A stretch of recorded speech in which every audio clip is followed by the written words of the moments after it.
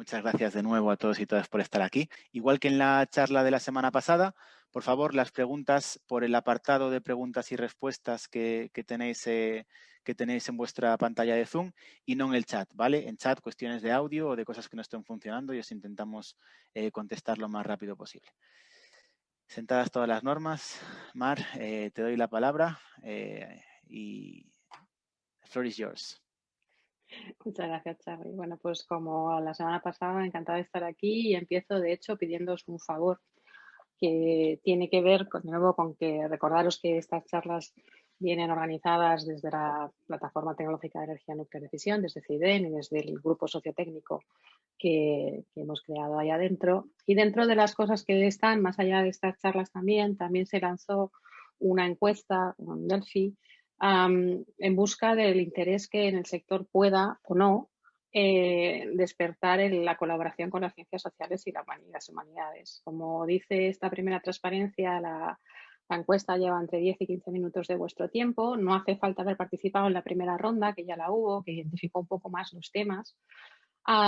Pero sí que os pediría, sobre todo a la gente que lleva mucho tiempo en el sector, pero también a la gente más joven, que entrarais y que perdierais un ratito en contestar, porque eso nos ayudará a pensar por dónde y cómo seguimos adelante en el trabajo de investigación sociotécnica, que como digo, esta actividad de hoy y la de la semana que viene y la de la semana que viene también, la pasada, tiene que ver con este grupo sociotécnico. Y de hecho, eso es también la primera disculpa que ya la hice la semana pasada, pero la voy a repetir hoy, y es que prácticamente todo el material está en inglés porque lo he ido presentando así y no me da la vida para traducir, lo contaré todo en castellano, pero las transparencias están todas en inglés. Casi todo, aunque no todo, lo que voy a contar hoy viene del libro, del Economic History of Nuclear Energy in Spain, la historia económica de la energía nuclear en España, un libro editado junto a Joseba de la Torre y con otros 8 autores, donde nosotros somos editores, escribimos 4 de los 8 capítulos, pero no todos. Y muchas de las cosas que os voy a contar tienen que ver con este libro, no todo, porque en realidad un poco el mapa de la charla de hoy es un poco el espejo de lo que os conté la semana pasada para todo el mundo, pero aterrizado en España. Entonces, igual que la semana pasada hacía primero una parte más de historia económica del mundo para entender dónde encajaba la energía nuclear, para esta tengo que hacer mínimamente un poco de historia económica de España para que entendáis cómo encaja la historia nuclear dentro de la historia económica española. Por la misma, la semana pasada insistía mucho en la importancia de la demanda eléctrica para explicar cómo había evolucionado el sector nuclear y, por tanto, tengo que entrar también ahí en el sector eléctrico español, en cómo se configura, en esto que os explicaba la semana pasada de que no es lo mismo demanda eléctrica que mercado eléctrico. Y una última parte que es también más global y más macro, que tiene que ver con el mercado nuclear del que hablábamos la semana pasada, que os explicaba cuáles eran los países que exportaban reactores nucleares. Pues hoy lo vamos a ver desde el lado de los compradores y explicar cómo es ese mercado internacional de reactores nucleares en la primera fase de la historia nuclear y el papel que España va a jugar ahí como uno de los principales clientes del mercado mundial de reactores en los años 70. Esa es la parte más macro. Y luego haremos una parte más micro, más pegada a la empresa, más aterrizada a entender la historia empresarial, que es lo que más hemos estado trabajando en esta última parte de nuestros proyectos de investigación, tratar de entender cuáles son las compañías desde dos aspectos que también os expliqué la semana pasada, que no es lo mismo los oferentes de tecnología nuclear, tendremos que ver quién nos vendió las centrales nucleares y qué tipo de empresas eran, quiénes eran las empresas que compraban, las eléctricas, pero también me gustaría detenerme hoy un poquito, tampoco en exceso, pero creo que es muy importante, en todo eso que es sector nuclear y que no son las eléctricas. En el sector nuclear más allá de las empresas eléctricas y cómo se configura en España y cómo de alguna manera también actúa de sector tractor dentro de la industria española, mejorando la calidad de muchos de los aspectos y mucho de la manera de producir en España en los años 60 y 70 sobre todo. Y en la parte final me meto un poco en la parte más polémica, en la parte donde hemos ido avanzando más, pero donde también nos quedan muchas preguntas, que es cómo se financió el programa nuclear español y por qué creemos que eso tiene que ver mucho con la moratoria nuclear española y cómo se produjo en el momento que se produjo. Donde también os adelanto que nos quedan todavía muchas preguntas, de hecho probablemente más preguntas que respuestas. y donde mi idea es llevaros hasta donde lo que sé, hasta lo que estoy medianamente segura, pero también plantearos muchas de las preguntas que todavía no tengo respuesta para ellas, ¿vale? Entonces, este es un poco el mapa para hoy. Entonces, como la semana pasada, tengo que empezar por las cosas más grandes, por la macroeconomía global de la economía española, ¿vale? Entonces, esto es lo que yo enseño a mis alumnos de Historia Económica de España, que es el PIB y el PIB per cápita español en escala logarítmica y que, por tanto, viene a decirnos la tasa de crecimiento de la pendiente de la curva, nos dice la tasa de crecimiento de las dos curvas, o sea, en realidad tengo una a la izquierda y otra a la derecha, como veis, parecen mucho, excepto que al final crece un poquito más rápido el PIB que el PIB per cápita porque la población lo mejora.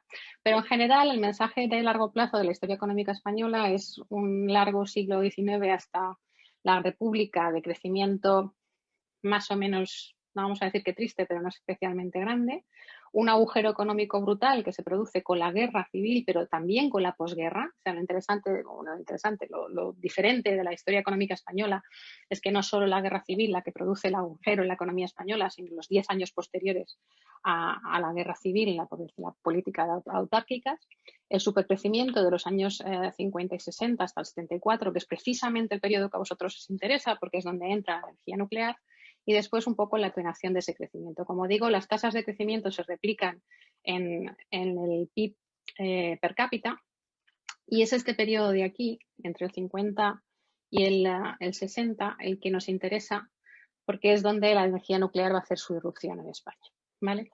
Entonces, si me paro un poquito más en ese periodo y explico un poco más la historia económica de ese periodo, como la partimos en historia económica, que tiene que ver con las tasas de crecimiento, si veis las rayas verticales las voy poniendo, donde cambia la tendencia.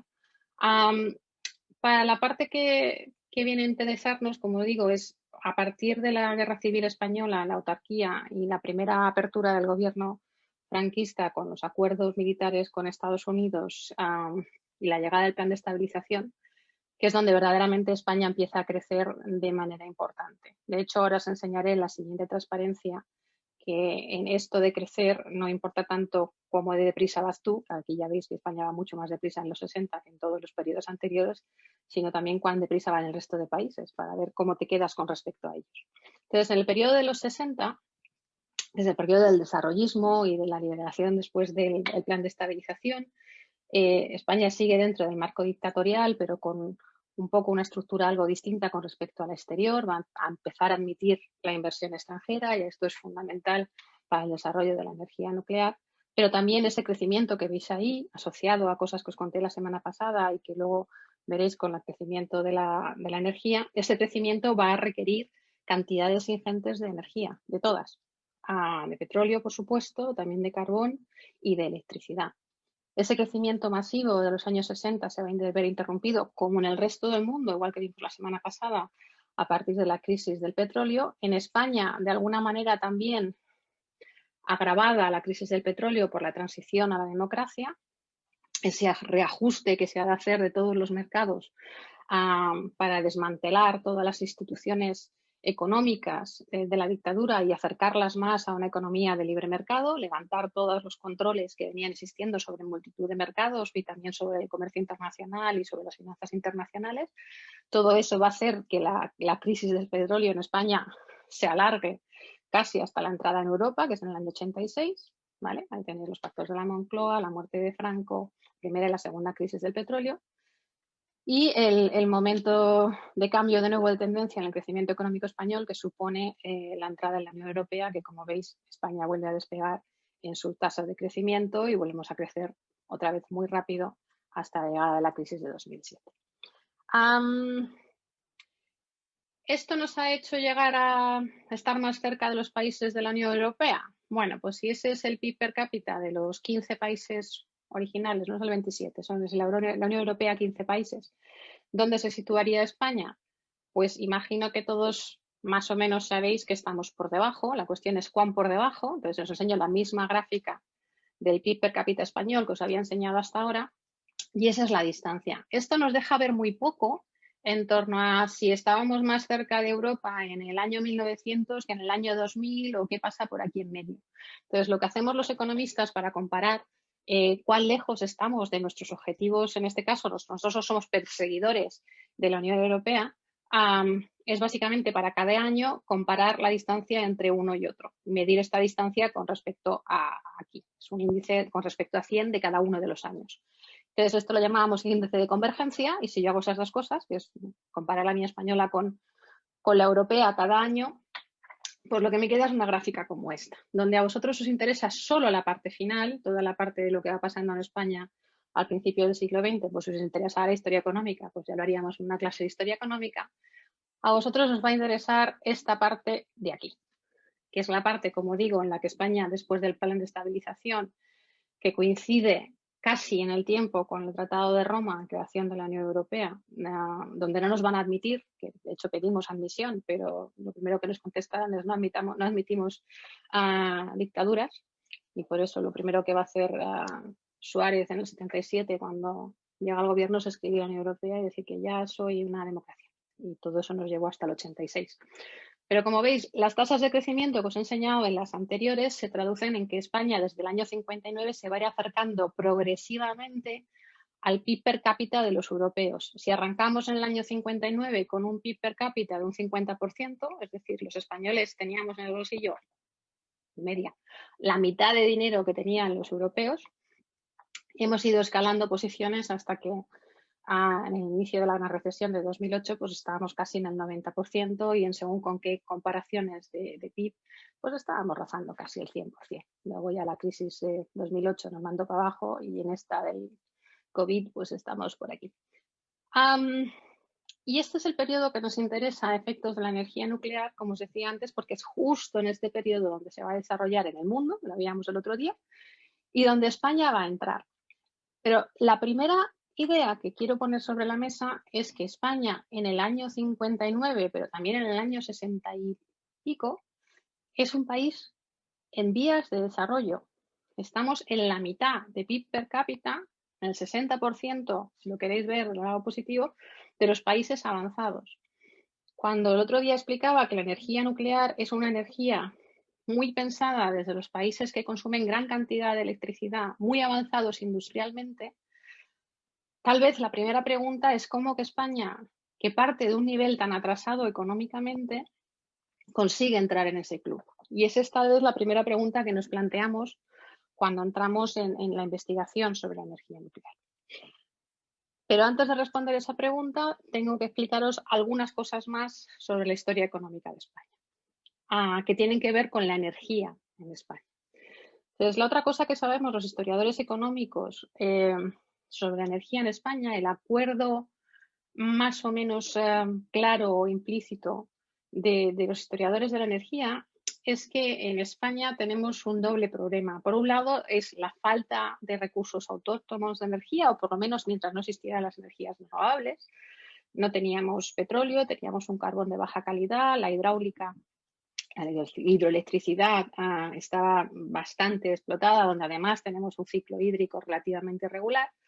Pero sobre ese problema, que es un problema de falta de recursos, le hemos añadido históricamente a lo largo del siglo XX políticas parciales, inadecuadas y en ocasiones completamente equivocadas en el ámbito de la energía, que han convertido al sector energético en España en un fardo, es una mejor traducción de ese burden, en el crecimiento económico español. Esto pasa por un sector económico muy intervenido. El sector energético en general es un sector donde la empresa pública ha tenido mucha presencia, y esto no me lo toméis como una afirmación en contra del sector público en todos los sectores, pero es un sector muy intervenido, donde los mercados han tenido relativamente poco que decir hasta hace relativamente poco. Cuanto antes os decía que parte del problema de la transición a la democracia es el desmantelamiento de las infraestructuras y las instituciones económicas del franquismo,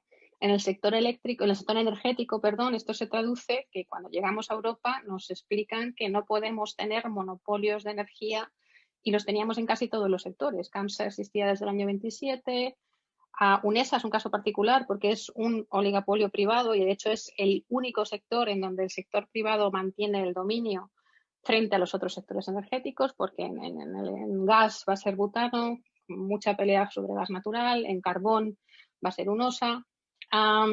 De manera que es un sector históricamente, el energético, y aquí hablo de todo el sector energético, no solo del sector eléctrico, fuertemente intervenido a lo largo de todo el siglo XX. Lo cual, a la larga, ha digamos, ido contra el propósito inicial, que se trataba de mejorar las condiciones de la energía en España, pero al contrario, hemos tenido siempre energía casi siempre más cara que en el resto de los países de nuestro entorno. Por demostrar el primer punto, el de la falta de energía, viene desde el siglo XIX. La Europa desarrollada en la primera revolución industrial se desarrolla en parte a base al carbón. En ese mapa tenéis en los puntitos rojos las minas de carbón y luego más o menos vais viendo los depósitos de hierro, que llevan adelante la primera revolución industrial. Nosotros, nuestro poquito carbón estaba concentrado aquí en el norte, en Asturias, en León. Carbón difícil de extraer, caro hasta el punto que era llevar el carbón desde las minas de León y de Asturias hasta el puerto de Barcelona era más caro que traer un carbón de mucha más alta calidad desde el puerto de Cardiff hasta el puerto de Barcelona, por poner un ejemplo. No tenemos petróleo, no hemos tenido gas, y eso se ha ido traduciendo históricamente en un nivel de consumo de energía inferior al del resto de los países europeos, y esto viene, como digo, desde el siglo XIX. De hecho, si lo queréis ver en vez de consumo de energía en potencia instalada en máquinas de vapor, y esto es siglo XIX, no siglo XX, es muy anterior a todo lo que vamos a hablar hoy. España es esta línea azul de aquí abajo, donde veis estamos muy por detrás en capacidad instalada en maquinaria, simplemente maquinaria que requiere energía inanimada para ser movida. Pero en realidad nuestro problema energético es de largo muy, muy antiguo. Parte de la obsesión con el problema energético, que en España, como digo, viene del siglo XIX, viene con que los políticos y hasta cierta manera las instituciones y las empresas se han venido obsesionando con lo que yo creo que es la variable equivocada, que es la dependencia energética. El problema para mí no es tanto que dependamos en un porcentaje muy alto de la energía que tenemos que comprar de fuera, como que la factura es elevada. Si lo dependiera al 100% de lo que tengo que importar, pero costara poco, me daría igual. Pero la obsesión con la dependencia, y la dependencia es muy alta, estos son los dos gráficos de dependencia de la energía en España, es decir, cuánta energía es española versus cuánta energía tenemos que importar, en cantidades, no en precio, sobre la energía primaria. Como veis, hay todo un camino ahí en el medio del siglo XX, entre el XVIII y el principio de la dictadura, en torno a los 50, donde se intenta evitar la dependencia a costa de forzar a que compremos energía española. Es decir, se fuerza a las empresas a comprar carbón nacional. Las empresas de ferrocarril, por ejemplo, durante un tiempo estuvieron obligadas a comprar carbón nacional, salvo que pudieran demostrar que no podían adquirirlo. Bien fuera más caro, esto daba igual. El monopolio de Camsa de Refino viene un poco de la misma idea, ya que tengo que depender del petróleo externo menos que lo refinemos nosotros. Y un poco en la misma vena, aunque desde el lado privado, se constituye, como digo, el oligopolio eléctrico, que es la unión de todas las empresas eléctricas españolas, que curiosamente, creado en el 44, como digo, es el único sector, el eléctrico, que se va a quedar fuera de las manos del Estado durante la dictadura. Porque también el sector del gas, que va a ir emergiendo a lo largo de los años 50 y 60, los intentos privados de llevar adelante grandes gasoductos se van a encontrar de frente con butano y Enagas, y hasta bien entrada la democracia no se ha desarrollado bien el sector del gas. Como digo, en un intento fundamental de controlar la dependencia, sin preocuparse excesivamente sobre si la factura era más barata simplemente comprar del exterior. Pero esto sería otra discusión para otro día. Pero en cualquier caso ha sido una de las guías de política en España. Por seguir hablando un poco de la historia económica y energética de España, este es el consumo energético de España en los últimos 150 años. Se parece muchísimo a lo que os enseñé sobre el mundo la semana pasada, donde el crecimiento del consumo de energía se multiplica por muchas veces entre el 50 y el 79. De hecho, toda la cuenta hecha, creo que la tengo por aquí, es que en todo el siglo XX se multiplica el consumo de energía primaria en torno a por 13 veces, pero como veis la inmensa mayoría de ese crecimiento se produce en los años 60 y 70 con el hipercrecimiento de la economía española muy apoyado en el petróleo por encima de todas las cosas. Eso hace que nuestra matriz energética haya sido fundamentalmente fósil, en el máximo, que es en torno al año 71-72, el 85% de la energía primaria que se consumía en España era fósil, es decir, la suma de carbón, petróleo y el poquito gas, como veis, que entra muy tarde, que tiene que ver con esta historia, que no os he contado, pero que he apuntado sobre el retraso del consumo de gas en España. La nuclear, como veis, entra ahí arriba como energía primaria y eso me lleva a introducir a la otra cara del consumo de energía, que no es el consumo primario, sino cómo se ha ido desarrollando el consumo eléctrico, en el que luego entraré más, pero para hacer la introducción, esta es la evolución de las diferentes fuentes, de las diferentes tecnologías de generación eléctrica en España hasta el año 2015, donde, como veis, históricamente la hidroelectricidad mandó hasta bien entrado el siglo XX, hasta de hecho que no entran las nucleares de la mano de las primeras térmicas, esto casi todo es diésel, hasta que entra por aquí el carbón. Hasta los años 65-66, la inmensa mayoría de la producción eléctrica en España es hidroeléctrica.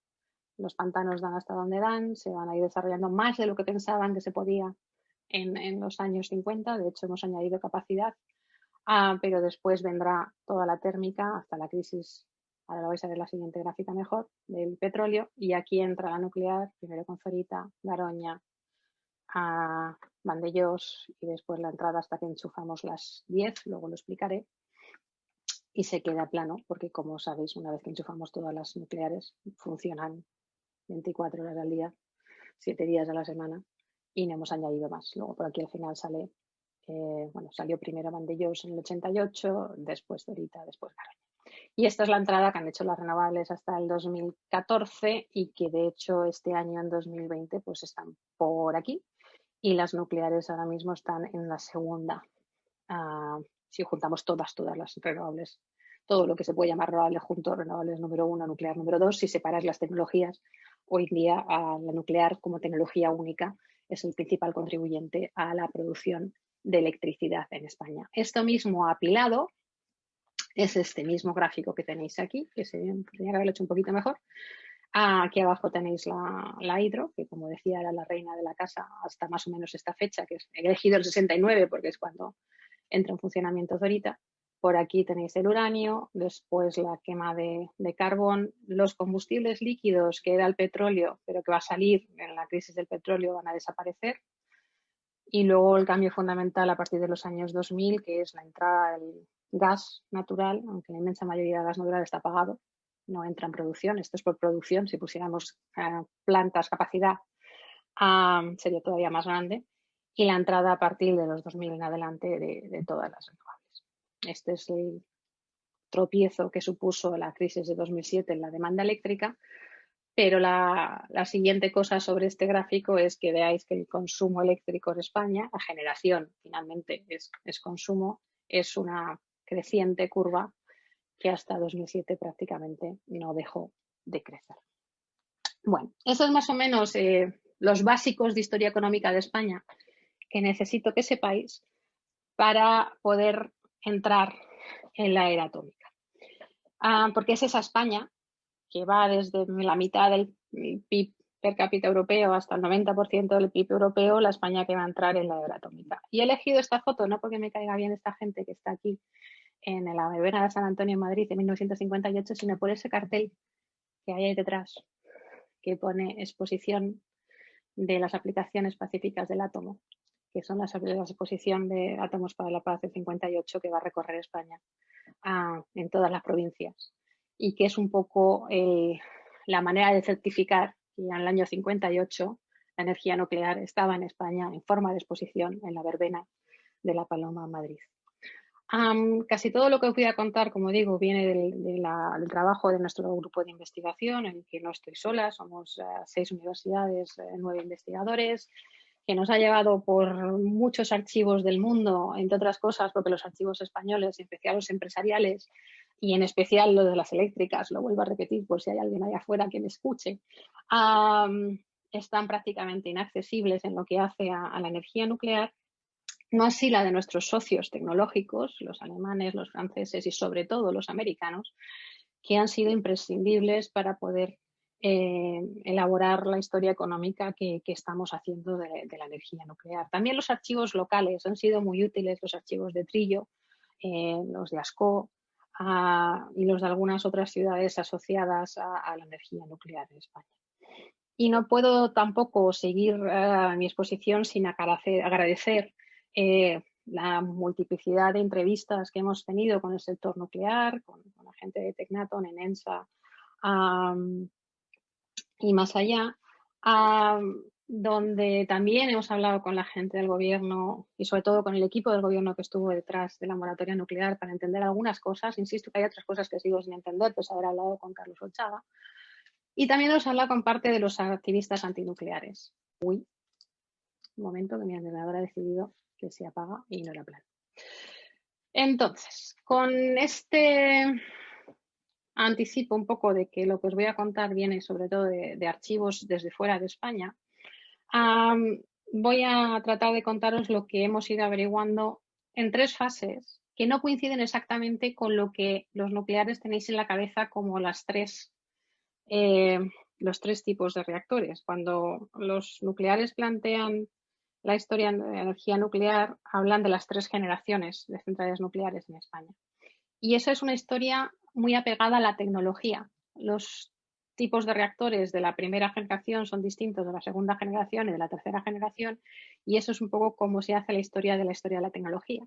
Desde la historia económica, nosotros decidimos hacer las fases de la historia de la energía nuclear en España en base a lo que se va haciendo en cada una de las fases. Y como veréis, no coincide exactamente con el ciclo tecnológico. Y de hecho, la segunda fase cae entre el final de la construcción de las primeras 3 y de la segunda generación.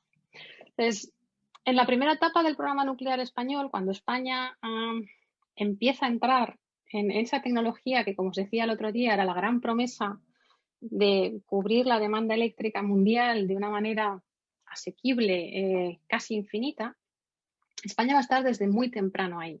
Si el otro día decía que desde el discurso de Átomos para la Paz, que es del 53, España empieza a desarrollar un programa nuclear o al menos a tener infraestructura logística, una organización dedicada a la energía nuclear, pues desde la EPALE, que luego se convertirá en la GEN, ya desde el año 49, 48, 49. Desde las escuelas y universidades se van a empezar a organizar los primeros cursos de energía nuclear y de física, cosas que ha investigado mejor Ana Romera de Pablos y los historiadores de la tecnología, desde los años 50. Desde que se organiza el sector eléctrico en el año 44, UNESA va a estar muy presente en los primeros intereses sobre el desarrollo de la energía nuclear. Y en la Conferencia de Átomos para la Paz en Ginebra, la primera conferencia mundial de cómo se va a ir desarrollando esta tecnología, que todavía no se sabe muy bien cómo va a ser, España tiene delegados de varias de las instituciones españolas, de las empresas privadas, de las eléctricas, del gobierno. España entra muy rápido ahí. Y de hecho se monta una comisión de reactores, RICADRI, donde está la industria y donde están tanto desde la parte de los que podrían poner componentes en la mesa, como la organización del sector eléctrico, que ahora también entraré en ello, donde las eléctricas se organizan de entrada en 2 grandes grupos, Nuclenor y CENUSA, que agrupan a distintas eléctricas pensando en construir centrales nucleares. Detrás de esto hay, digamos, para nosotros, 3 cosas que explican que España esté ahí tan pronto. Por un lado, es el interés del gobierno, el interés de una dictadura que había estado muy aislada hasta los acuerdos del 51 con Estados Unidos, donde Estados Unidos le tiende la mano y donde, como os decía el otro día, la energía nuclear da cierto estatus internacional. y el gobierno va a querer estar ahí y ese apoyo de parte del gobierno español no va a fallar a lo largo de todos los años 50, 60 y hasta la entrada a la democracia. De otro lado está la organización del sector eléctrico español, que ahora andaré en ello, pero es un sector eléctrico bien articulado, organizado con grandes grupos que se va a proponer a entrar en esta tecnología de la mano de ese Estado, como digo, que va a apoyar esta idea. Y la tercera, que yo creo que va a quedar mucho más clara cuando llegue al final de la charla de hoy, es que esas dos cosas solo no hubieran sido suficientes si España no hubiera contado con el apoyo incondicional tecnológico y económico, primero de los Estados Unidos, pero después de otros dos países nucleares, como van a ser Francia y Alemania, para la construcción de otras dos de las centrales, porque España se va a convertir en ese gran mercado para la energía nuclear. Pero eso iremos a ver después. En toda esta historia del principio va a ser muy importante el Banco Urquijo y en concreto la creación de Tecnatom y la persona de Jaime McVeigh. McVeigh, ingeniero de profesión y que pasó por Estados Unidos y que empezó a ver las primeras cosas que se hacían con energía nuclear antes de volver a España, va a hacer lo que yo creo, salvo que alguien me diga que hay un informe anterior, el primer informe sobre la posibilidad de que España entre en la energía nuclear. Lo hace desde el grupo de estudios del Banco Urquijo y hace un informe que aquí he reproducido con algunas de sus proyecciones, escrito en el año 57, o sea, él está escribiendo como por aquí y proyecta estas barras que vais por aquí sobre qué podría instalar España para diferentes momentos. Son las barras que tenéis en la hipótesis de máximos y en la hipótesis de mínimos, y en verde lo que al final se construyó. McVeigh utilizaba una proyección que es esta que está aquí en líneas discontinuas para el crecimiento de la electricidad en España y que, como veis, se quedó relativamente corto para el desarrollo de la electricidad en España en los 60 y en los 70, pero que en el largo plazo la verdad es que lo encajó prácticamente en el medio. Ese primer informe, que lo tenemos escaneado si lo queréis ver, ya viene recogiendo pues, todo lo que se venía diciendo en la literatura internacional sobre la energía nuclear. En el año 57 no hay un reactor comercial conectado todavía, hay reactores experimentales de varias naturalezas, pero lo que va a ser, digamos, los mantras de la energía nuclear a lo largo de los 60 y los 70 ya van a estar ahí. Se puede sustituir al petróleo como producción eléctrica, es producción barata, consigue entrar en la cantidad de electricidad que necesitamos frente a este crecimiento exponencial que no somos capaces de alimentar. Y eso caía bien en los oídos de las eléctricas españolas, que habían tenido problemas muy serios para adecuarse a ser capaz de alimentar el crecimiento de la demanda española ya durante los años 40 y 50 y que, claro, en el año 57, 58 todavía no se veía lo que iba a venir, que es el supercrecimiento de los años 60, pero a las eléctricas no les sonaba nada mal la idea de tener una tecnología que pudiera ponerles electricidad sobre la mesa de manera continua durante mucho tiempo. Y esto me lleva a tratar de explicaros una cosa que hace falta también para entender el desarrollo de la energía nuclear en España, que es cómo estaba organizado el mercado eléctrico español en los años 50 y 60 y hasta relativamente reciente. Decía la semana pasada que no es lo mismo demanda eléctrica que mercado eléctrico. Y en el caso español eso es meridianamente claro, porque una cosa es el conjunto de la demanda eléctrica española, que en este momento, a mediados de los 50, pues es un consumo eléctrico relativamente medio, no es muy alto, no somos Alemania, no somos Reino Unido, ni obviamente estamos muy lejos del consumo eléctrico per cápita de Estados Unidos, pero tenemos un consumo eléctrico razonablemente grande para el país en vías de desarrollo que éramos en los años 50. Pero eso como país. Pero es que el mercado eléctrico español estaba fragmentado, estaba dividido. Cuando se habla del oligopolio eléctrico, en términos económicos eso significa un reparto del mercado, en que no hay competencia. Y eso es más o menos el sentido que teníamos en el mercado eléctrico español. Están las grandes eléctricas agrupadas en Unión Eléctrica Madrileña, que hace más o menos el centro. Es verdad que Iberdrola también se veía parte de Madrid desde sus líneas en Castilla y León, vamos, Unión Eléctrica Madrileña, Hidroeléctrica Española en el Mediterráneo, Sevillana, que prácticamente va a ir agrupando todas las pequeñas productoras eléctricas del sur. Aquí hay mucho más que esto, o sea, si entráramos ahí es otra historia, pero simplificando mucho, el sur es de Sevillana, el norte de Fenosa a Viesgo y do Cantábrico, Aragón y toda la parte del Pirineo desarrollado desde Enner y una parte de Endesa con el carbón en el Ebro y la parte catalana sobre Fexa y demás. ¿Existían intercambios eléctricos entre ellas? Sí. ¿Existía un mercado nacional eléctrico? No. De hecho, no vamos a tener una red eléctrica integrada hasta después de la moratoria y, de hecho, en parte como consecuencia de la moratoria. Luego, cada una de estas eléctricas ha de ir pensando en su demanda, en su mercado y cómo alimentar esto. Como dije también la semana pasada, la energía nuclear alimenta a grandes demandantes.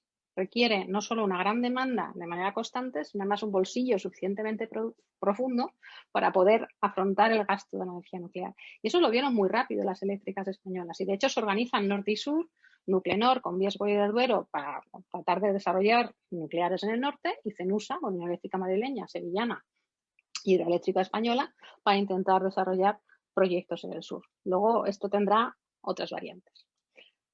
La otra cosa que yo creo que también es relevante para entender la historia eléctrica española es que un porcentaje muy alto del consumo eléctrico en España hasta muy tarde va a ser eléctrico, va a ser, perdón, industrial. ¿Vale? Casi el 90% de la demanda eléctrica española antes del año 70 es demanda eléctrica industrial. El consumo doméstico pesa muy poco. Ahora tenemos una percepción distinta del sector eléctrico, en parte porque el sector servicios ha entrado muy potente y pues enfriar y calentar, iluminar los centros comerciales y los hoteles lleva gran cantidad de electricidad, pero históricamente la demanda eléctrica era fundamentalmente industrial. Y está muy concentrada. Si veis ese mapa, que es el consumo de demanda eléctrica en España en el año 60, Barcelona, la provincia de Barcelona, ella sola consume más electricidad que las últimas 13 provincias españolas en la lista.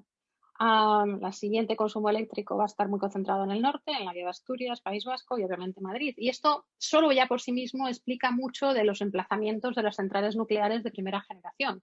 Zorita va a alimentar el mercado de Madrid, Garoña, que originalmente se llamaba Bilbao Ebro, va a alimentar el mercado del País Vasco, que es donde está el segundo mayor consumo, y Vandellós, aunque también se pensó en la central nuclear de Irta, que es una historia que si alguien tiene interés la contaré en otro momento, está pensada fundamentalmente para alimentar el mercado eléctrico industrial más grande de España, que es la provincia de Barcelona. ¿Vale? Además de esto, de explicar que el mercado eléctrico español es un mercado fragmentado y que el consumo eléctrico español está muy concentrado en determinados puntos de la geografía española, también hay que entender las relaciones entrecruzadas que existen, entre las empresas de electricidad y, primero, parte del sector industrial español y después los bancos españoles. Cada una de las grandes eléctricas españolas va a tener un gran banco de cabecera. Y así como Iberdrola va a ser el Banco Bilbao, pues la Unión Eléctrica Madrileña será el Urquijo, y las catalanas tendrán los bancos del lado de Cataluña y si veis por aquí, nuestros colegas José Angarrués y Juan Antonio Rubio Mondejar se han encargado de hacer esta maraña de consejeros cruzados y de acciones cruzadas que existían entre los varios grandes bancos. Este es el Banco de Vizcaya, como veis, que va a tener intereses en la Barclays and Wilcox, en Sevillana, en Iberdrola, en Hidroeléctrica Española. El Banco Central y el Banco Urquijo, que es otro gran banco industrial, pues va a estar, sin embargo, más afincado con Unión Eléctrica Madrileña y Unión Eléctrica de Cataluña pues tendrá su propio. Todo esto va a ser relevante a la hora de entender quién va a acompañar a cada una de las eléctricas en la financiación y también en parte para entender algunas de las decisiones que van a tomar las eléctricas en torno a las nucleares. Porque igual que aquí aparece Siemens Eléctrica y sus relaciones con Sevillana, debería aparecer, aunque no está, sí que está General Eléctrica Española, que tenía dos consejeros sentados en Iberdrola. De manera que cuando Iberdrola tiene que decidir qué central elige para Garoña, pues va a ser un General Electric, aunque tenga ofertas de Westinghouse también. Más cosas. Una vez que tenemos la estructura más o menos resuelta de principio, es decir, la Junta de Energía Nuclear, las eléctricas más o menos organizadas en torno a perseguir proyectos nucleares, y que empieza a aclararse un poco el panorama sobre qué reactores comerciales se pueden empezar a comercializar, que no se va a aclarar hasta bien entrados los años 60, entramos en la segunda fase del desarrollo nuclear español, que, como os digo, cae a caballo entre toda la primera generación, Florita, Garoña, Vandellós, y la segunda, porque es el momento en que se empieza a organizar toda la compra de reactores, la creación de empresas en España al calor de la construcción de centrales nucleares, que aunque van a ser de fabricación de reactores extranjeros, van a llevar acompañados a un montón de contratos para empresas españolas, y la organización del sector nuclear propiamente dicho. Digamos, hasta el año 60-61 es la planificación, pero no hay nada en ejecución. Todavía no hay una proyección de qué centrales, dónde, quién, cómo se financia, qué tipo de reactor, etcétera, etcétera. Eso va a aparecer a partir de los años 60. Entonces, este de los años 60 es el boom atómico español, que va hasta el año 76, que es cuando España se convierte en el mercado más importante para las empresas que quieren vender reactores nucleares en el mundo, como os enseñaré ahora, y que también va asociado con la creación del Foro Atómico Español, la primera ley de energía nuclear en España, y con las asociaciones ya más financieras, que van hacia la final de la charla de hoy, de cómo se va a financiar el proyecto nuclear. Y esto nos lleva a ver qué hay allá afuera, qué mercado hay, a quién le podía comprar España reactores nucleares. ¿Hubo intento de reactor español? Sí, el DON. Pero relativamente pronto y no sin que hubiera bastante discusión en España, se va a optar por comprar reactores internacionales. Digamos, hay dos grandes discusiones en esa primera fase. Una es si la energía nuclear la va a construir el sector público, como luego será el caso francés, o la van a construir las empresas. Y eso se resuelve relativamente pronto a favor de las empresas eléctricas privadas. La otra gran discusión es si el reactor va a ser nacional o va a ser de importación. Y en parte por los informes de Jaime Baceg, en parte por cómo estaba desarrollándose el mundo nuclear, la idea de un reactor español se abandona relativamente pronto. Y en lo que había allá afuera era lo que ya os enseñé el otro día, un mercado relativamente pequeño donde los oferentes, países que puedan vender reactores nucleares son relativamente pocos, y de hecho hasta el año 64 se han vendido 7 reactores internacionalmente, que han vendido los americanos, los 2 que han vendido los británicos, y de hecho no es hasta la introducción de los proyectos llave en mano, es decir, que las eléctricas pueden comprar con un precio cerrado el paquete de la central y cuando te la entregan funciona, que digamos el mercado mundial de reactores va a ir despegando, pero sigue siendo un mercado relativamente pequeño. Entre el año 55 y el año 80 son 100 reactores los que se exportan al mundo. Muchos o pocos. A mí me parecen pocos porque cualquier otra gran tecnología el número es mucho más grande de 100. Pero sí es verdad que pese a ser un número relativamente pequeño, la venta de un reactor nuclear internacionalmente es una de las transacciones económicas más grandes que se hace en el mundo, pero eso hasta hoy. Y como veis, ya os decía el otro día, el número de gente a las que podías acudir para comprar reactores, vale, yo quiero construir un reactor nuclear, ¿quién me lo vende? Son relativamente pocas las empresas, ¿vale? Eso ya lo veíamos el otro día. Lo que no veíamos el otro día es quiénes estaban en el mercado buscando reactores en este mismo momento, entre los años 50, 60, 70 y 80. En ese mercado mundial de reactores, en principio, como os decía, solamente Estados Unidos, la Unión Soviética, Reino Unido y más tarde Francia y Canadá, de hecho el orden ahí está cambiado, Canadá primero, después Francia, son capaces de construir sus propios reactores. A exportar al principio solo Estados Unidos y Reino Unido, después Canadá, más tarde Francia. Pero Rusia va a exportar solo dentro del ámbito soviético. De hecho, ahora veréis que solo hay un país fuera del órbita soviética que de hecho tiene reactor americano y reactor soviético, que es Finlandia. El resto de países que no están en esa lista, si querían tener un reactor nuclear, tenían que comprarlo, alguno de estos. Entonces, ¿quién va a estar encargando reactores? Fundamentalmente, ya lo dije el otro día, el mayor vendedor de reactores nucleares del mundo hasta los años 80 va a ser los Estados Unidos. 80% de los reactores instalados y vendidos en el mundo van a ser norteamericanos. En el oeste. Aquí estoy ignorando las ventas del lado soviético porque no están dentro del mercado mundial. Tú en el año 60 no podías ir a los soviéticos desde Occidente y decir, me construye esto un reactor. ¿Vale? ¿Quién está comprando? Bueno, pues esta fue una de las grandes sorpresas que nos encontramos cuando nos pusimos a mirar las compras, los encargos reales, con contrato, con firma de cantidades y con crédito concedido en el mercado mundial.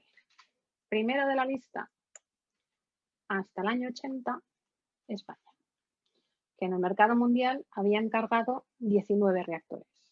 Y ahora gente del público dice, no, si construimos solo 10, bueno ya, pero es que se encargaron 19. Pero siguen sobrando, porque si solo paralizamos 5 en la moratoria, bueno ya, pero es que Sayago estaba encargado y Punta Endata estaba encargada.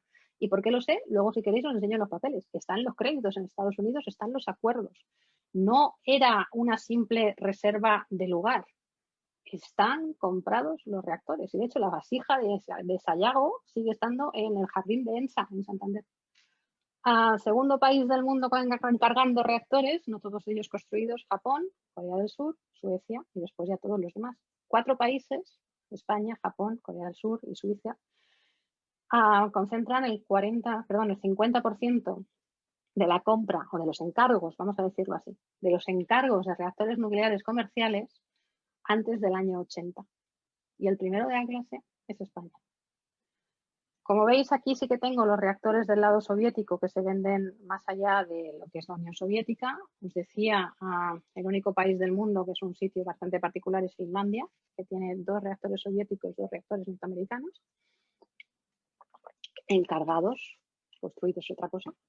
Y como veis, en la Europa del Este, y solo en la Europa del Este, la Unión Soviética también recibió encargos, no todos ellos construidos, el de Libia y el de Turquía no se construyeron, luego más tarde tampoco el de Cuba, que el otro día explicaba Operador Nuclear en Twitter, pero es posterior a esto. Yo estoy cortando aquí en el año 80 porque me interesa el boom nuclear español de los años 60 y 70, ¿vale?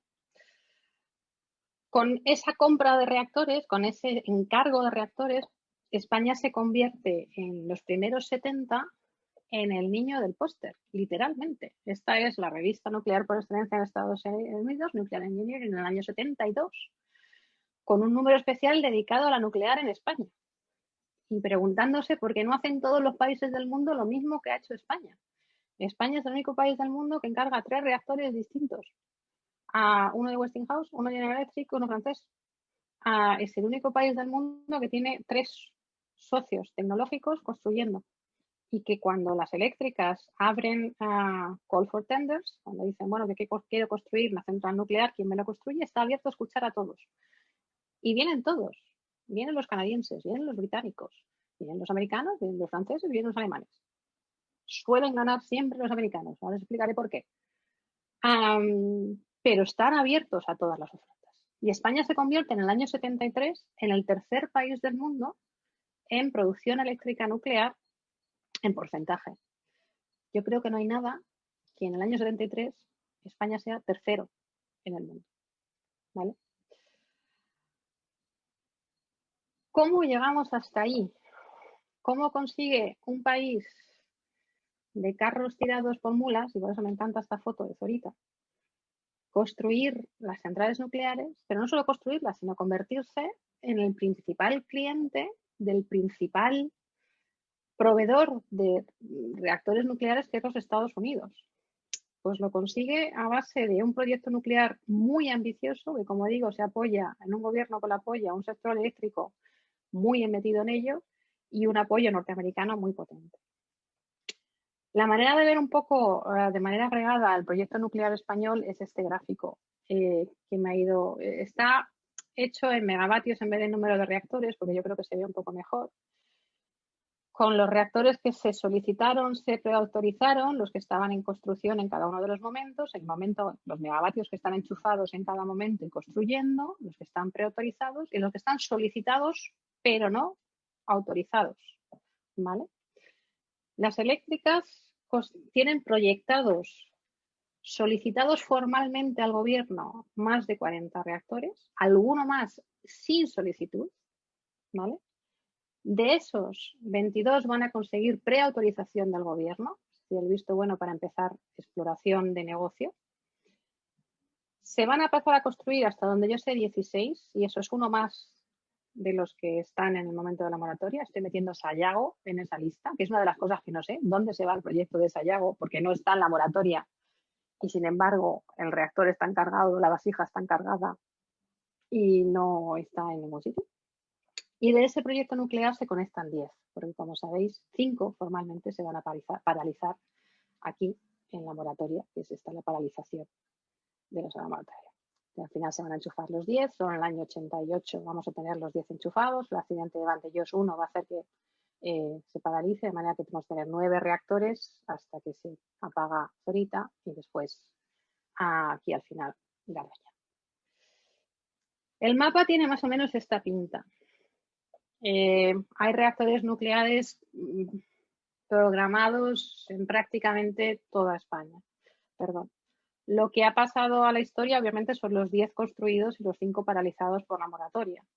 Lo que, salvo en el sector nuclear, la gente que llevéis más de 20 años y que estabais ahí en los años 70, pues nadie se acuerda de Sayago, ni el proyecto de Regodola, ni el superproyecto de Iberduero del País Vasco, que no solo incluía Demoniz 1 y 2, sino Spaster y Punta Endata. Y Punta Endata, el reactor está encargado en Estados Unidos y con un acuerdo con General Electric. También se olvida con facilidad el proyecto de Endesa de Escatrón, que nunca fue preautorizado, pero que iba aquí en esta curvita del río. Y todo lo que iba alrededor de Vandellós, que no solamente es Vandellós 1 y 2, y Ascó 1 y 2, y el proyecto de la Amelia, el Vandellós 3, que también llegó a estar sobre la mesa, o el proyecto de IRTA, que es uno de los grandes misterios de la humanidad, de la primera fase, está autorizado, preautorizado, solicitado, sin autorización final, junto con el de Zorita, el de Garoña y el de Vandellós 1. Un proyecto que se echa atrás en parte por la posición de los hoteleros de la costa de Peñíscola, que están ahí. El proyecto nuclear lo conocéis, pero yo creo que está bien verlo con números. En el año 68, solo Zorita estaba construida en construcción, como digo, Garoña y Vandellós con el proyecto de IRTA sobre la mesa, solicitado pero no autorizado. En el año 78 los números son mucho más grandes, hasta 30.000 megavatios solicitados por parte de las eléctricas, de los cuales ya están funcionando las 3 primeras, en construcción todas las demás, perdón, no todas las demás, Almaraz 1 y 2, Lemoniz 1 y 2, Ascó 1 y 2 y Cofrentes, con presolicitud, con presolicitud, algunas ya con contratos firmados con Estados Unidos, Antillana, Punta Endata, las 2 de Punta Endata, las de Tudela, aunque estas no he visto los contratos en Estados Unidos, Pan de Caballeros 1 y 2, Sayago y hasta Regodola, ahí arriba en Galicia. Y luego las eléctricas tenían otro montón de planes sobre la mesa solicitadas al gobierno que el gobierno no autorizó en el año 78. De hecho, si habéis visto el gráfico que tenía antes, la última autorización es del año 76. ¿Vale? Y finalmente en 2013, pues este es el mapa que tenemos con las 3 cerradas de la primera generación y veremos cuándo se nos cierra el resto. El mapa de centrales nucleares también hay que mirarlo desde nuestros socios nucleares y quién las construye, porque explica parte de lo que pasa con el proyecto nuclear español. Como veis en este mapa, es a un porcentaje altísimo centrales nucleares norteamericanas. Un monopolio que va a romper, por un lado, Vandellós 1, que tiene una historia muy particular porque es la primera y única exportación de tecnología francesa de uranio natural, y que el monopolio norteamericano en realidad le va a romper Trillo, para escándalo de los norteamericanos que habían ganado todos y cada uno de los concursos en España en el año 74-75. También el acuerdo para Regodola era con los alemanes y, como veis, el resto se lo reparten entre Westinghouse y General Electric. Como os decía, parte de lo que tratamos de averiguar es por qué cada una de las eléctricas opta por cada uno de los reactores. En la primera generación está relativamente claro que Iberdrola y la asociación con General Electric hacía imposible que se fueran a tirar a Westinghouse, y por la misma Unión Eléctrica madrileña y sus relaciones previas con Westinghouse también parece que tiran hacia este lado, pero también por las relaciones del Urquijo con Westinghouse en otros negocios. En ese reparto del negocio, Westinghouse, como veis, tiene la mayoría de los reactores nucleares en España, lo cual es también curioso porque en el mundo iba a ser General Electric quien consiguiera la mayoría. Y es una de las preguntas que todavía no tengo respondida claramente. Sé que Westinghouse hizo más diplomacia nuclear en España que General Electric, pero hasta qué punto, y esto probablemente solo los técnicos me lo podáis contestar, hasta qué punto los reactores de Westinghouse eran técnicamente superiores a los reactores de General Electric, no lo tengo nada claro. Creo que tiene que ver más con las ofertas económicas de cada uno de los reactores y, en algunos casos, como os digo, las relaciones que cada una de las eléctricas españolas tenía con cada una de las matrices, con cada una de estas. Esta es más o menos la misma información sobre cuánto habían solicitado las eléctricas, que, como veis, es muchísimo más de lo que el gobierno preautorizó. Esta es la última preautorización del año 76, justo con el final de la dictadura. Esto es lo que se construye en España en energía nuclear. ¿Vale? Como veis, el proyecto era mucho más ambicioso y por eso yo os digo, desde el año 72, con esta proyección ya puesta sobre la mesa, es decir, cuando Nuclear Engineering publica en el año 72, ya es consciente de que las eléctricas españolas están solicitando a 35.000 megavatios nucleares y están diciendo al mundo, pero no hace todo el mundo lo que hace España, por favor, que tenemos más países como España. Con esto que es el proyecto, el plan, tengo que bajar un escalón hacia las empresas, hacia quién va a construir y hacia la parte de ¿y esto cómo se financia? Esto es Zorita, esto es Garoña en construcción. Y esta es la manera de ver quién está pidiendo qué. Como os he dicho ya varias veces, no es lo mismo mirar las cosas a nivel agregado de país que a nivel empresas. Estas son los planes nucleares para cada una de las eléctricas, las solicitudes y las preautorizaciones. Lo que está en naranja es lo que el gobierno no autorizó, lo que está en azul son las que preautorizó el gobierno, no todas ellas tuvieron autorización final. Esto está en megavatios.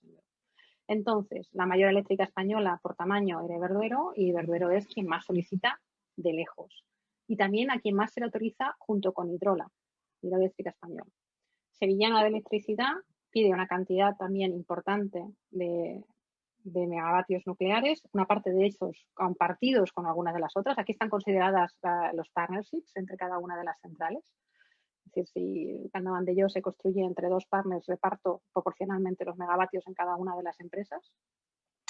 CEXA, como veis, es la tercera en número de solicitudes y la cuarta en obtener megavatios nucleares por parte del gobierno. Iberdrola prácticamente consigue todo en porcentaje. No hay ninguna empresa española que consiga más de lo que consiguió Iberdrola, la parte de Iberdrola, la eléctrica española del gobierno.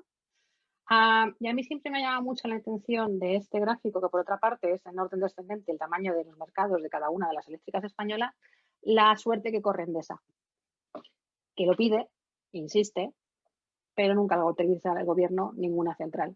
Y eso que lo de Escatrón lo tenía bien avanzado. Endesa había nacido como empresa carbonera y yo no sé, y no sé si lo sabré nunca, si Endesa encuentra la posición del gobierno o encuentra la posición del resto de las eléctricas. Y dice, no, perdone usted, es empresa pública, se dedica al carbón, déjeme usted la nuclear para las empresas privadas, que ese es el acuerdo tácito que tenemos entre todas las empresas. Aparte de las empresas eléctricas, tenemos también que para construir las centrales nucleares se requieren unos 1.000 contratos entre toda la parte menos tecnológica, el encofrado, la parte de las instalaciones de tuberías y de la parte eléctrica, aparte de la parte nuclear. El proyecto nuclear español es bastante particular porque, pese a ser un proyecto, como he dicho, fundamentalmente de empresas privadas, las eléctricas lo son, lleva una parte de economía dirigida por parte del Estado. El gobierno exige que las centrales nucleares se construyan con tecnología extranjera, el reactor ha de ser, pero con cantidades crecientes de tecnología o industria española en aquellas partes que se puedan hacer. Y de hecho, es algo que se va a ir consiguiendo. Si en la primera generación, las primeras centrales, solo un 5% de la parte del reactor se podía haber hecho en España, se hizo en España, llegando a la tercera generación hasta el 60% de componentes, nunca centrales, quiero decir, nunca va a ser el reactor propiamente dicho, pero sí pegado a la parte de la presión del reactor, ya va a ser española. En la parte menos tecnológica, comillas, muchas, muchas comillas, a la parte sobre todo de instrumentación y de electrónica, pero también la parte más mecánica, el crecimiento de la industria española, la participación española en el programa nuclear español va a ir creciendo muy rápidamente entre la primera, la segunda y la tercera generación. Todo esto entendiendo algo que dije la semana pasada.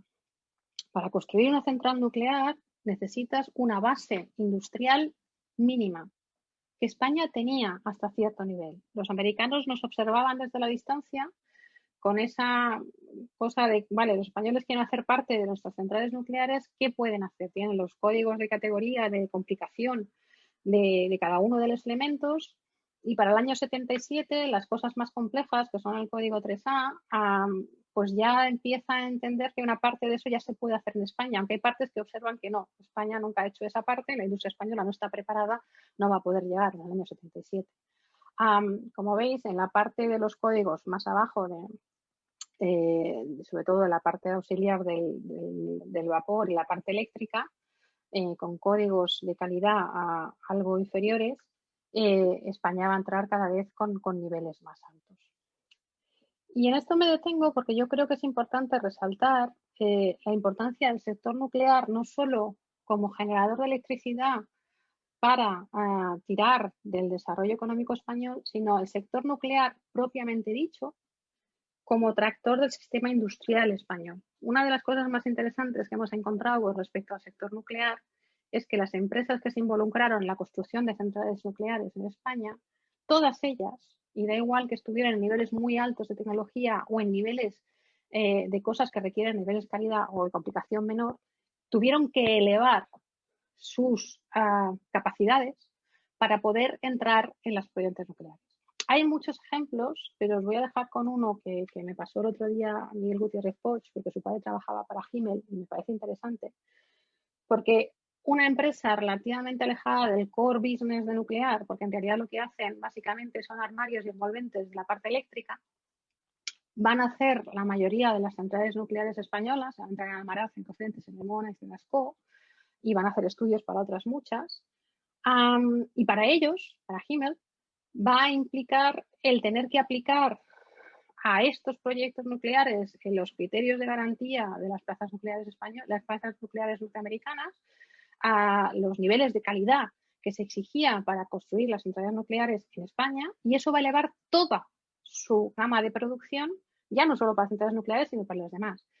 Mismas historias me han contado la empresa que producía bobinas en cables de cobre para entrar en las centrales nucleares españolas, donde de nuevo sus niveles de calidad no eran suficientemente buenos para entrar en los bobinados de las centrales nucleares, pero que elevan todo su nivel para conseguir hacer bobinas al nivel que exigían los norteamericanos. O mismas historias nos contaba Sener en los proyectos nucleares que van a llevar o empresarios agrupados, o Tecnatom, o ENSA.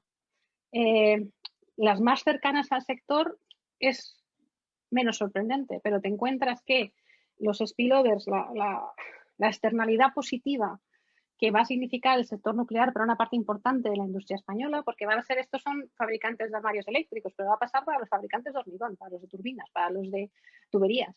Toda esa parte que he enseñado en la tabla anterior de participación española en las centrales nucleares son empresas españolas que van a tener que elevar su nivel de calidad para poder participar y que van a elevar su nivel de calidad para poder participar en las centrales nucleares, pero ese nivel de calidad ya se queda para el resto de su producción también, ¿vale? Y yo creo que esto no ha estado suficientemente dicho, aunque seguramente dentro del sector es ampliamente conocido. Esto me lleva a la otra pata de esta historia. Os he dicho al principio que por mucha voluntad que tuviera el gobierno español y por muchas ganas que tuvieran las eléctricas españolas de tener centrales nucleares, hubiera sido absolutamente imposible si no hubieran encontrado el apoyo de los partners internacionales. En el grupo de investigación yo me he dedicado mucho más a la relación con Estados Unidos, pero me gustaría que supierais que mucho de lo que os voy a contar hoy, que tiene que ver sobre todo con la parte norteamericana, se repite en el caso de Trillo, que es una planta alemana, ¿vale? Y si queréis luego o en otro momento cuento un poco lo diferente de Trillo y lo que supuso Trillo, no solo para España, sino para el mercado mundial de reactores. En los actores norteamericanos que son esenciales, imprescindibles para entender esta historia están, por un lado, obviamente, General Electric y Westinghouse como suministradores de reactores. Ya os he dicho varias veces que es que no hay muchos sitios a donde acudir para que te venda alguien un reactor. Por otro lado, va a estar también parte de la industria auxiliar norteamericana, la Bechtel, pero no solo. Y de manera imprescindible el apoyo financiero del gobierno norteamericano a través del Import-Export Bank de los Estados Unidos. Porque en realidad la pregunta fundamental es una que ya se hacían los norteamericanos, que es que para poder comprar un reactor nuclear, casi ninguno de los países en vías de desarrollo o medianamente capacitados para poder comprarlo lo podían hacer solos. Y esto es una reflexión del año 82, echarla para atrás 20 años al año 62. Pero en el año 82, el congresista Rees, en un informe sobre el papel que el Export-Import Bank estaba teniendo en la exportación de las centrales nucleares norteamericanas, decía es que era simplemente imposible que las eléctricas de países como Corea del Sur, Filipinas, España o Yugoslavia pudieran en el mercado privado conseguir los 500 millones de dólares o más que requería un reactor nuclear medio.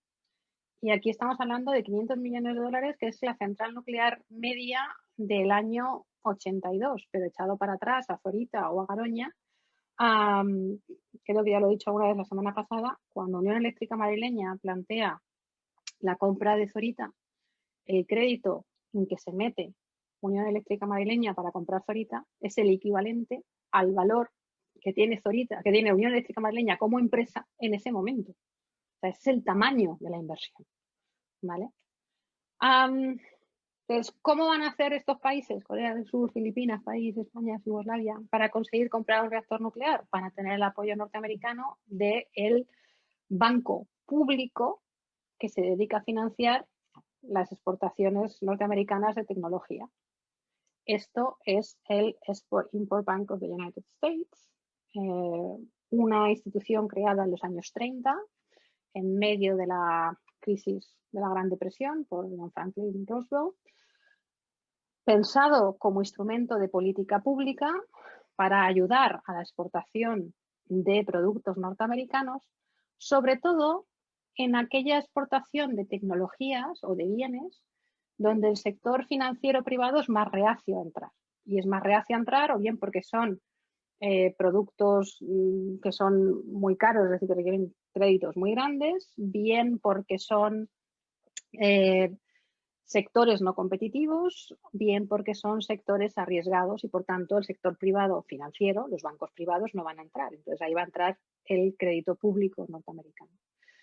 ¿Cuáles son estos sectores? Históricamente las telecomunicaciones y los satélites, parte de la maquinaria pesada de minería, las plantas, las acerías, por ejemplo, los aviones comerciales. Boeing va a ser uno de los grandes beneficiarios de los créditos de exportación del gobierno norteamericano y las plantas nucleares.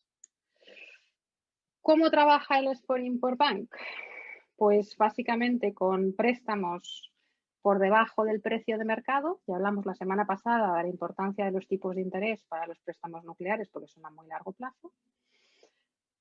con garantías de los gobiernos, en realidad, es decir, las empresas eléctricas, por lo menos en la primera y la segunda generación, consiguieron los créditos del gobierno norteamericano con respaldo del gobierno español. Es decir, si las eléctricas no pagaban, sería el gobierno español quien respaldara los créditos, ¿no? Así en la tercera generación. Y con periodos de carencia, y esto va a ser muy importante, mucho más largos de los que te va a dar un banco privado. O sea, si un banco privado típicamente te da un crédito por ser tú y ser nuclear, pues igual a un 6%, tendrías que empezar a pagarlo en el año 10. El Export-Import Bank te iba a dar el tipo de interés un poquito más abajo, en torno a 5, un poco a 4%, y te iba a dar tiempos de carencia que tenías que empezar a pagar a partir del año 12, 13, 15. Luego lo enseño en el gráfico. ¿Qué va a financiar el Export-Import Bank en la economía española? Montones de cosas. Esto lo hemos trabajado a través del Banco de España, es una de las pocas instituciones que nos ha dejado mirar los créditos, y como eran créditos que pasaban por el Instituto Español de Moneda Extranjera, hemos podido reconstruir este gráfico que tenéis aquí, que son los saldos vivos de los créditos que tenían las empresas españolas, en realidad distintos sectores españoles, autorizados por el Export-Import Bank. Y como veis, empiezan con muy poquitas cantidades de dinero, estos son millones de dólares que hay, esto es lo que se debe cada año.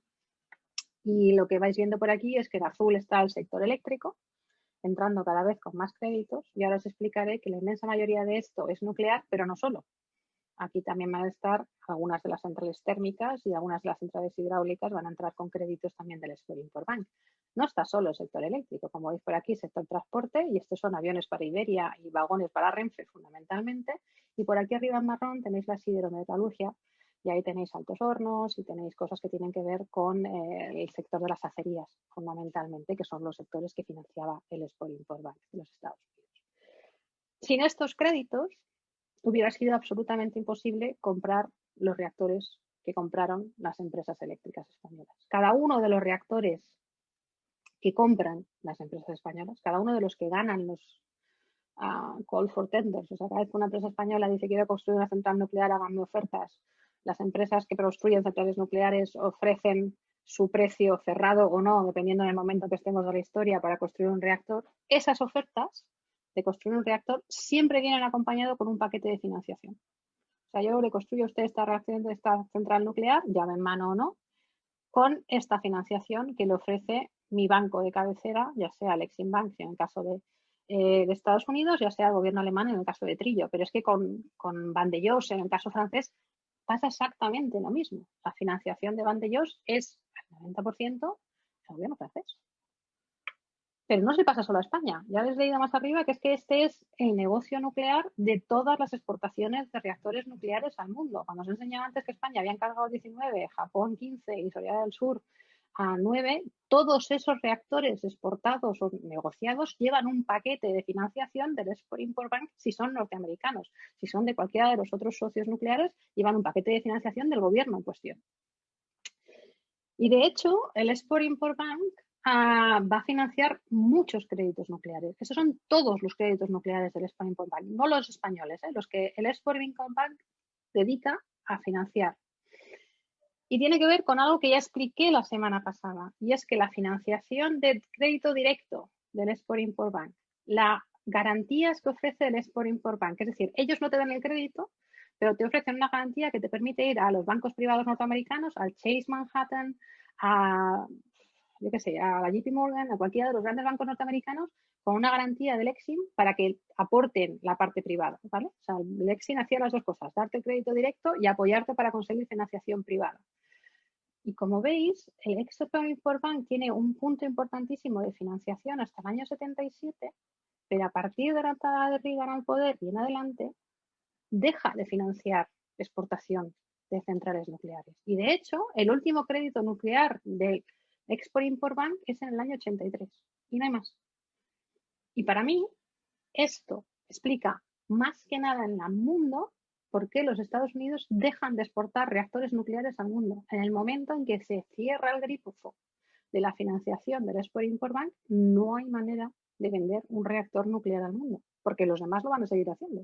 Los alemanes van a seguir exportando con crédito, los franceses cuando empiezan a exportar también, Pero los americanos ya no pueden utilizar el crédito público y es una cuestión de política económica norteamericana. El Estado pequeño es un estado que no interviene en la economía y que, por tanto, se retira de financiar. Oiga, usted, financie usted los mercados. El Estado no tiene por qué ayudarle a usted a financiarse sus cosas, ¿vale? La mayoría de estos créditos, como digo, en porcentaje, si miro los tres principales, esto, lo que tenéis aquí son solo los créditos nucleares, pero si miro a los principales cosas que financia el Export-Import Bank en los años 70, son la exportación de aviones, fundamentalmente Boeing, para comerciales, pero también para aviones militares, la exportación de plantas nucleares al mundo, no solo a España, al resto del mundo también, y la exportación de maquinaria para minería, maquinaria pisada de minería. Hasta el 70% del dinero que se gasta en el Export-Import Bank van a ser en esas tres categorías. Como decía, el último crédito nuclear es del 85, o sea, antes de Chernobyl. Y lo que os tengo que enseñar, estos son todos los créditos del Export-Import Bank, es que España se había convertido, os lo he dicho antes, pero ahora también lo enseño con los créditos, en el principal socio de Estados Unidos, principal comprador de centrales nucleares de Estados Unidos y, por tanto, principal deudor del Export-Import Bank. Los 4 países de arriba, España, Japón, Corea del Sur y Taiwán, hacen el 75% de todos los créditos nucleares del Exim Bank en el año 83. ¿Vale? Y España se convierte en el cliente del billón, y es billón americano, de dólares. Y viene por España el presidente del Export-Import Bank en el año 72 y da una charla en la Cámara de Comercio de Madrid que se llama así, el cliente del billón de dólares, donde el billón de dólares es un billón de dólares prácticamente entero nuclear. ¿Vale? En el año 76, España es el cliente nuclear más importante de los Estados Unidos y el principal deudor nuclear del Export-Import Bank de los Estados Unidos. Ese es el tamaño del programa nuclear español a nivel global. No es que fuera grande para España, es que teníamos un programa nuclear que era grande a nivel mundial. El problema de eso es que son créditos que se van a ir pidiendo por aquí, en el año 71, 70, los primeros en el año, o sea, Zorita y Garoña aquí en los años 60. La mayoría de los créditos nucleares se van a firmar hasta el año 76, como os he dicho, con las autorizaciones, con una peseta que se cambiaba entonces a 60, 65 pesetas por dólar. Pero estos créditos que estamos pidiendo en el año 71, 72, 73, 74, 75, 76, os he dicho que son créditos que no van a tener que devolver las eléctricas hasta 10 o 12 años después. Es decir, solo van a tener que empezar a devolver esos créditos a partir del año 83, 84, 85, 86. Y ahí ya no está la peseta a 60 pesetas por dólar. Ahí tienes que poner en la mesa 160 pesetas para comprarte el mismo dólar. Y por si eso no fueran suficientes problemas, los tipos de interés que te estaba ofreciendo el Exim Bank en los años 60 y 70 están en torno al 6%, pero los que tenéis hipoteca entendéis esto, cuando te toca devolverlo, los tipos de interés ya no son estos. Son 3, 4, 5, 6 puntos por encima, porque los préstamos no se vendían a préstamo tipo de cambio fijo, sino a tipos de interés variables. Con lo cual, cuando los préstamos del Export-Import Bank entre el 34 y el 70 en toda la historia habían sido 42% eléctricos, en la última fase de los préstamos del Export-Import Bank en los años 72-80, es el cliente del billón de dólares, el 60% de lo que las empresas españolas deben al Export-Import Bank norteamericano es créditos nucleares. Créditos nucleares que están por pagar, porque una de las cosas que a veces me sorprende cuando hablamos de la moratoria es que la gente me dice, no, es que las centrales estaban construidas. Oiga, sí, pero es que estaban sin pagar. Es que no habíamos empezado a pagar, en la mayoría de los casos, los créditos empezaban en el año 82, en el año 83, en el año 84. Y de hecho, esto me lleva, digamos, a la parte de ajuste, que es la parte final de lo que os quiero contar hoy y donde todavía quedan muchas preguntas, pero algunas certezas. Parte de lo que pasa con el sector nuclear en España es lo mismo que va a pasar con otros sectores españoles que salen de la dictadura a adaptarse a una economía de mercado en los años 80.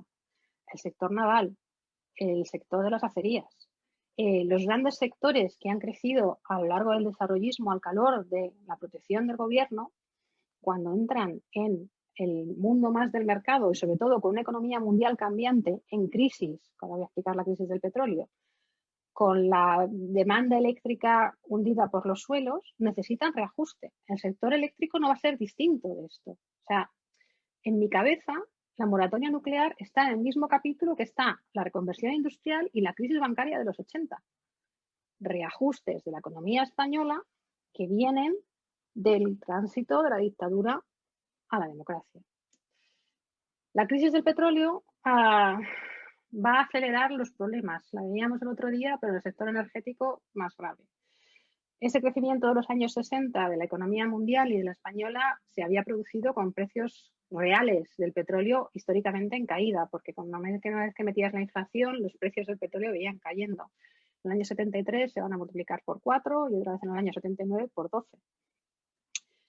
En el año 73 prácticamente todo el mundo observa que tal vez la nuclear sea la manera de enfrentarse a la crisis del petróleo. Y de hecho, al calor de la crisis del 73 nace el programa nuclear francés. No tendremos petróleo, pero tenemos cerebro, que dicen los franceses.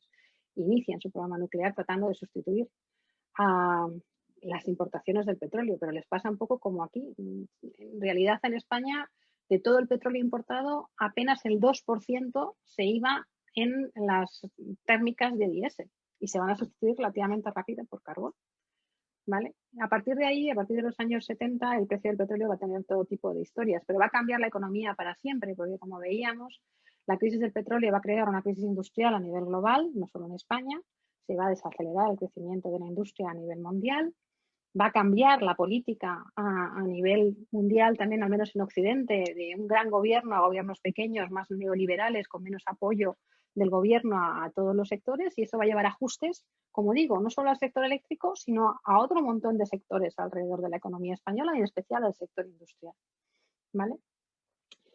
Y es en ese escenario en el que yo comprendo la moratoria nuclear como un ajuste puramente financiero. Y a ver si lo soy capaz de explicar en los 10 minutos que tengo para no comerme todo el tiempo. En el gráfico de la derecha tenéis los préstamos nucleares, no los saldos vivos, sino los que hay que pagar. ¿Cuánto hay que pagar para cada una de las centrales por los préstamos que hemos ido tomando en los años 70, 71, 72, 74, 75, 76? Todos ellos con inicios de pago 10 años después. Tenemos también créditos que son para plantas convencionales. Compostilla 2 está, por ejemplo, por aquí metida. Y como veis, los préstamos, una vez que aplicas la subida de los tipos de interés y la subida del precio de la peseta, cuando lo metes en pesetas, es una barbaridad de dinero.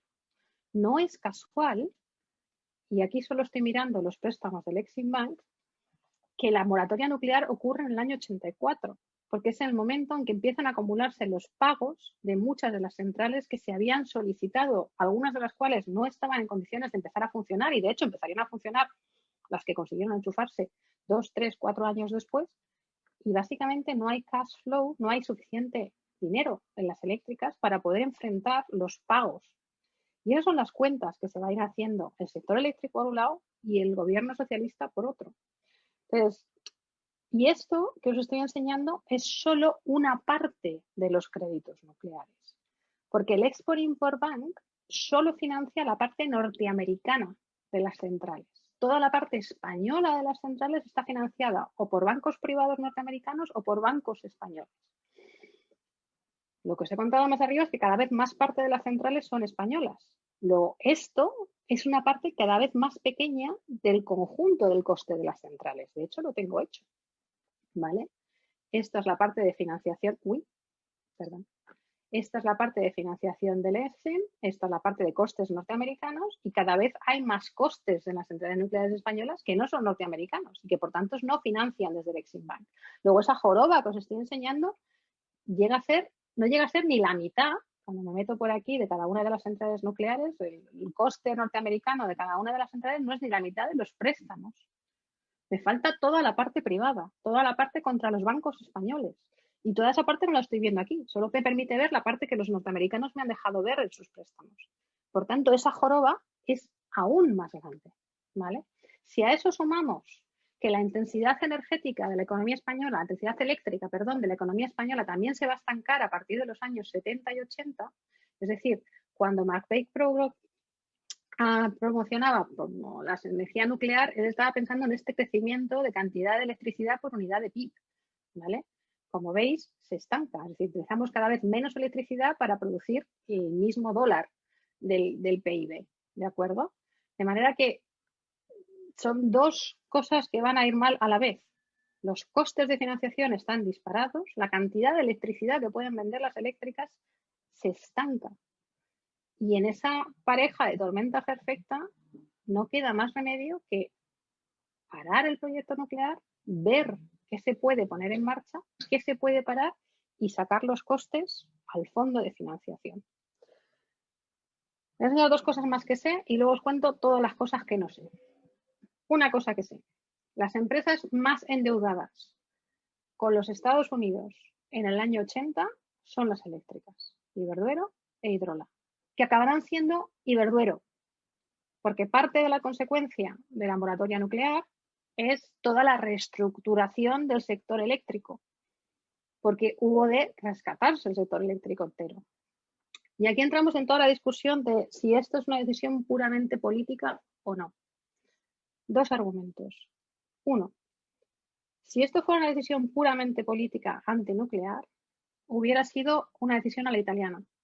No conozco ningún antinuclear para que el número ideal de megavatios nucleares sea 7.000.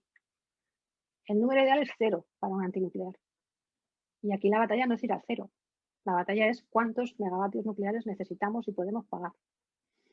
La segunda hipótesis es qué hubiera pasado si no se pone en marcha la moratoria nuclear.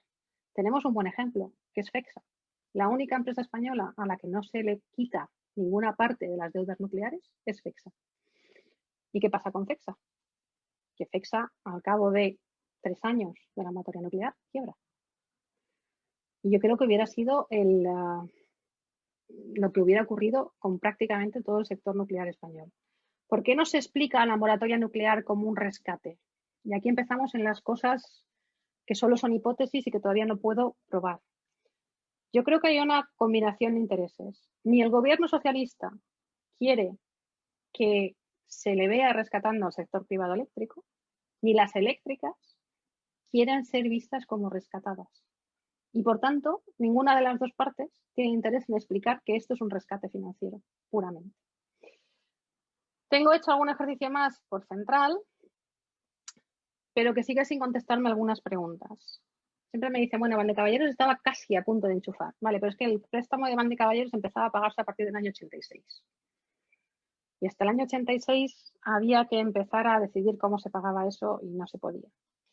Sigo sin saber qué pasa con los créditos de Sayago y Punta Endata, que no están en los costes reconocidos de la moratoria, porque los costes reconocidos de la moratoria son Valdecaballeros 1 y 2, Lemoniz 1 y 2, y Lemoniz es otra historia, y Trillo 2.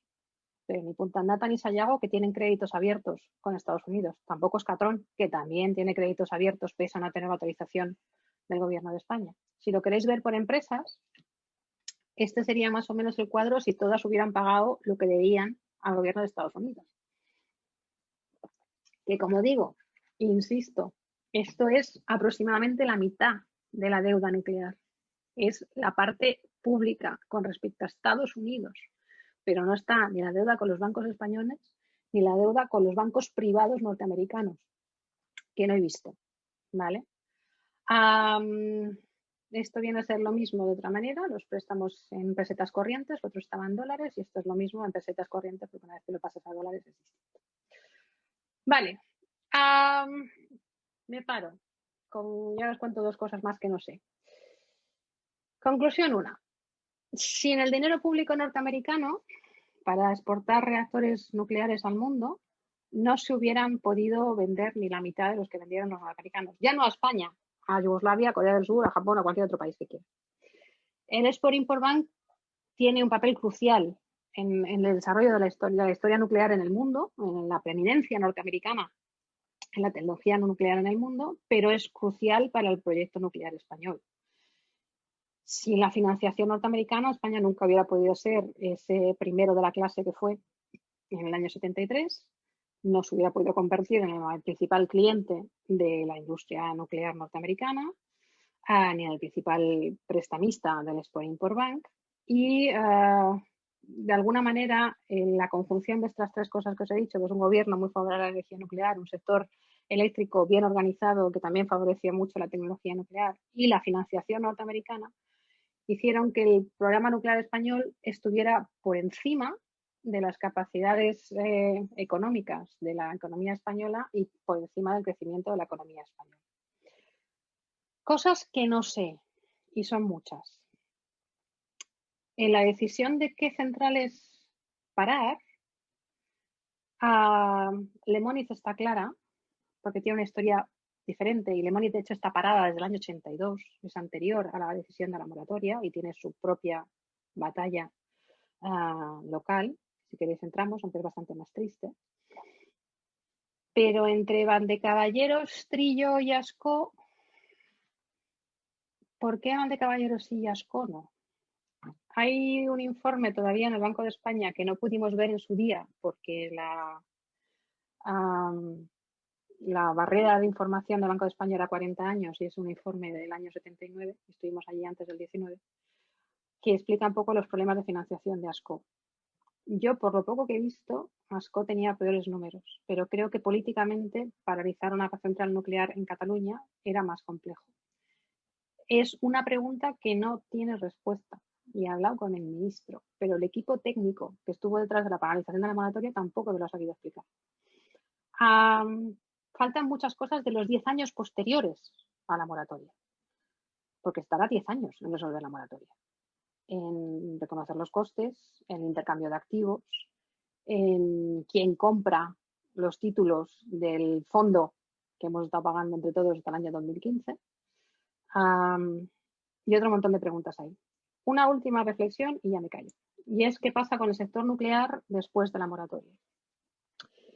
Y es que, pese al choque inicial de paralizar la moratoria nuclear, el sector nuclear tecnológico, los Tecnatons, ETSA, SENER, los más cercanos al sector nuclear en lo tecnológico, no así las empresas de menor calado tecnológico, consiguieron hacerse un hueco en el mercado mundial, que seguramente solo es posible por la moratoria, porque si se hubieran tenido todos los reactores que estaban previstos, hubieran resuelto aquí adentro, como han hecho el resto de las empresas nucleares en otros países.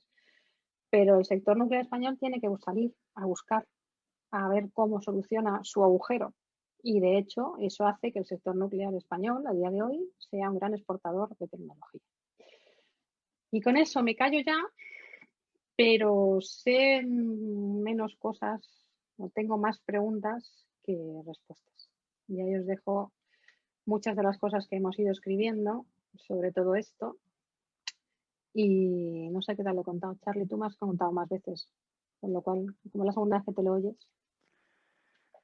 Bueno, pues he tenido algunas conversaciones paralelas mientras dabas la charla con gente que es la primera vez que la ve y han tenido una sensación muy parecida a la mía la primera vez que la vi, que me sorprendió mucho todo lo que cuentas porque como ingeniero nuclear que ha, entre comillas, llegado a un nivel alto de formación en lo técnico, todas estas cosas yo no las sabía.